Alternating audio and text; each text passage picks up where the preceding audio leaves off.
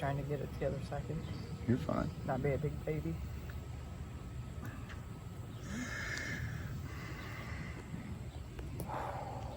This video is probably one of the more serious videos you guys have ever seen me do and may ever see me do, because it involves somebody that is very special to me. You guys have heard me talk about my mom before in some of the other videos, and she's actually one of the biggest people that influenced me in my gardening and actually my love for gardening.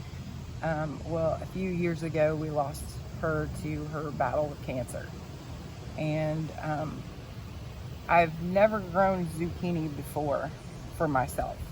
I've grown zucchini many times, but it was always for my mom.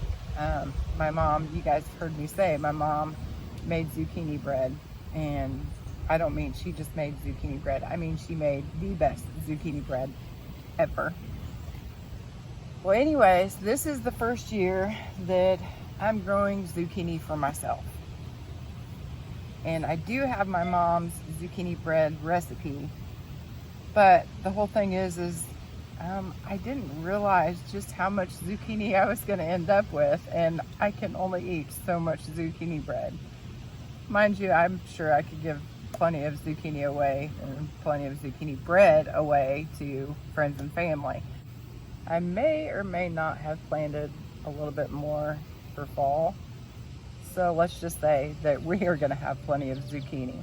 Well, tomorrow, the day that this video is actually going to go out, is August 13th, and that is my mom's birthday. I figured this would be a great way and time to put out a challenge to anybody that wants to participate, a zucchini challenge. And I'm not just challenging you, I'm also challenging myself, to the point where I actually had a bunch of zucchini, so I made my own savory recipe, and I'm going to show it to you right now. That's what I'm making today. I'm going to make some creamy zucchini soup. And yeah, the only thing that's in there is basically just chicken broth, onions, garlic. I have some oregano I'm going to pull off and put that in there. So, and then we'll get to the zucchini part. If you have a garden and some of the things didn't turn out very well, or if you don't have a garden at all, there's still a lot of ways that you can save yourself a lot of money, and that is to buy stuff when it's on sale. Like right now, garden stuff is people are starting to pull out of the garden, so there's a lot of fresh produce. Well, not only is there fresh produce in gardens, but there's also a lot of fresh produce at stores. So a lot of times this is the time of year where you can start buying a lot of fresh produce pretty cheap. And so what you can do is you can stock up on it while it's cheap. Do the same thing as if you had grown it yourself out of the garden. You know, just make sure you wash it up a little bit better. But yeah, if you do the same thing, you can can fresh tomatoes. Well, not fresh, but you can can tomatoes that you've gotten from a grocery store. You can can tomatoes that you've gotten from a farmer's market. Not just tomatoes, you can do the same thing with zucchini, or basically any other produce. Anything that you could grow in a garden yourself and that you can buy,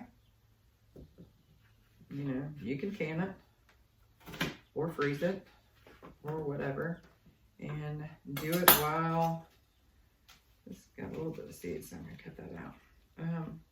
Do it while everything's on sale. Save yourself a lot of money. If you've all made creamy potato soup, it's basically the same thing, same recipe. Only difference is you're using zucchini. But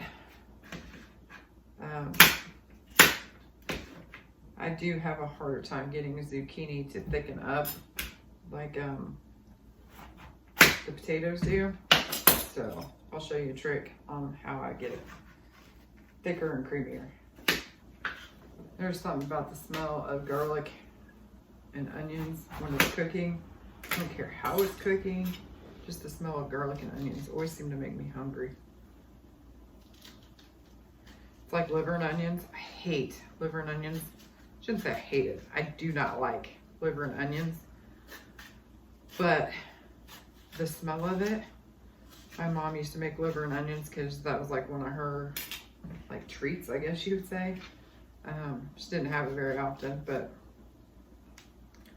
when she did, she would fry it up, and oh my gosh, it always smelled so good. So literally every time she made it, just because of the smell, I'd be like, you know, oh, I want to try it. I want some. And she'd be like, you know, you don't like liver and onions, you know, that's what it is. And it's like, oh, but it smells good. Maybe I like it now. I would try it every single time she made it, just because of the smell. I love, love, love the smell of liver and onions. But I would try it, and still to this day, don't like liver and onions. But I still love the smoke.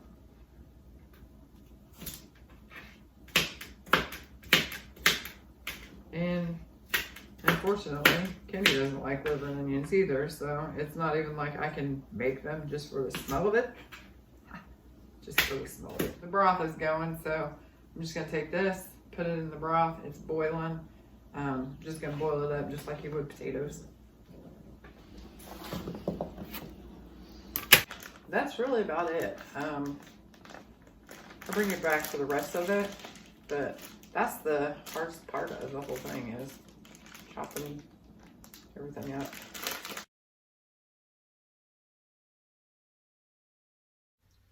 Okay, so we got it all boiled down. I let this sit for a little bit. It's cooled off. Not cold, but it's cooled off. And I'm just gonna throw it in the blender and blend it up. If you have one of those emulsion things, you know, the kind that you stick in there and it mushes it up, that would be even better, but I don't have one of those fancy gadgets. So I'll be doing, actually you could even use the potato masher, that would work. But I like using the blender because it just kind of blends it up a little bit better, especially with the skin, because I just leave the skin on it. You can take the skin off, but I just leave the skin on. And it's also a matter of what you like as far as texture goes. You can blend it all the way down to where it's completely smooth. I guess technically you could even leave it like this if you wanted. Just do it this way.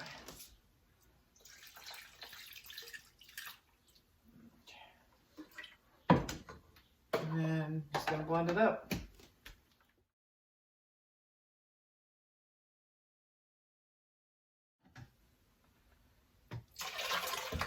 And just pour it all right back in.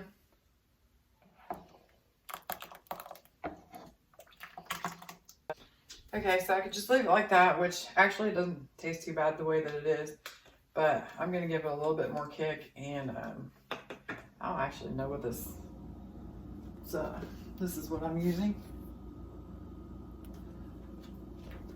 Just gives it a little bit more of that chicken kick, I guess you would say. A spoon and a half-ish, something like that. And probably gonna put a little bit more black pepper in.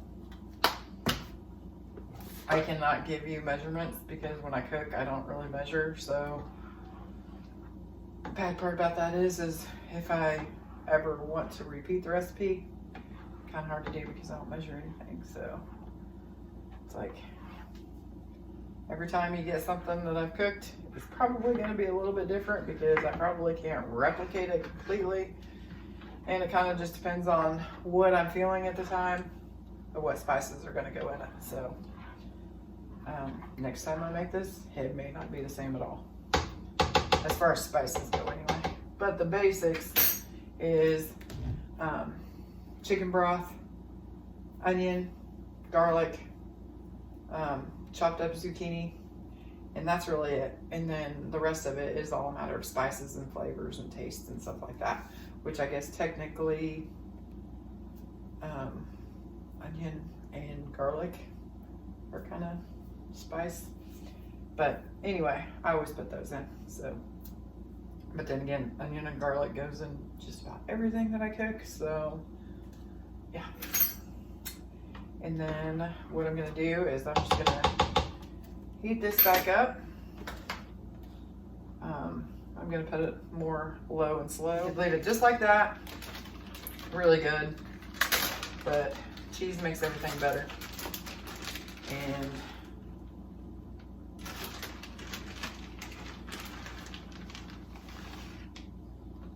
I'm gonna start with just 2 big old handfuls of it. And if you wanted to make it a little bit more oomph, you can put bacon in it. It's like the ranch packets or your ranch spices. It's not quite the thicker consistency that I want. You could serve it just like this and it would be fine. But I want something just a little bit thicker. And being that I used more of the chicken broth than I thought I was going to, yeah. I'll show you what it looks like now. I think I'm gonna turn it up just a hair. But this is what it's looking like so far. Okay, here is the secret ingredient. Not that secret. But it'll thicken it up just a little bit. I'm not gonna put a whole bunch in because it doesn't really need it. Okay, so the potatoes aren't actually going to change like the flavor or anything. If you wanted, you could actually put actual potatoes in it. And if you were gonna do that, just go ahead and cook that with the zucchini. Or the instant mashed potatoes, it's not really gonna add or take away any kind of flavor. It's just really for the thickener, and that's it. With the mashed potatoes, you can see it just gets a little bit creamier. Obviously, you can cook a great big batch of this and you can freeze it. And then you have those days where you either don't feel like cooking or you got to come up with something quick, fast, in a hurry, or you forgot to take something out of the freezer, which has happened to me quite a bit, and you didn't get anything thawed out. This unthaws really quick and it's a good meal. It gets all the way cooled down. Gotta try it out, right?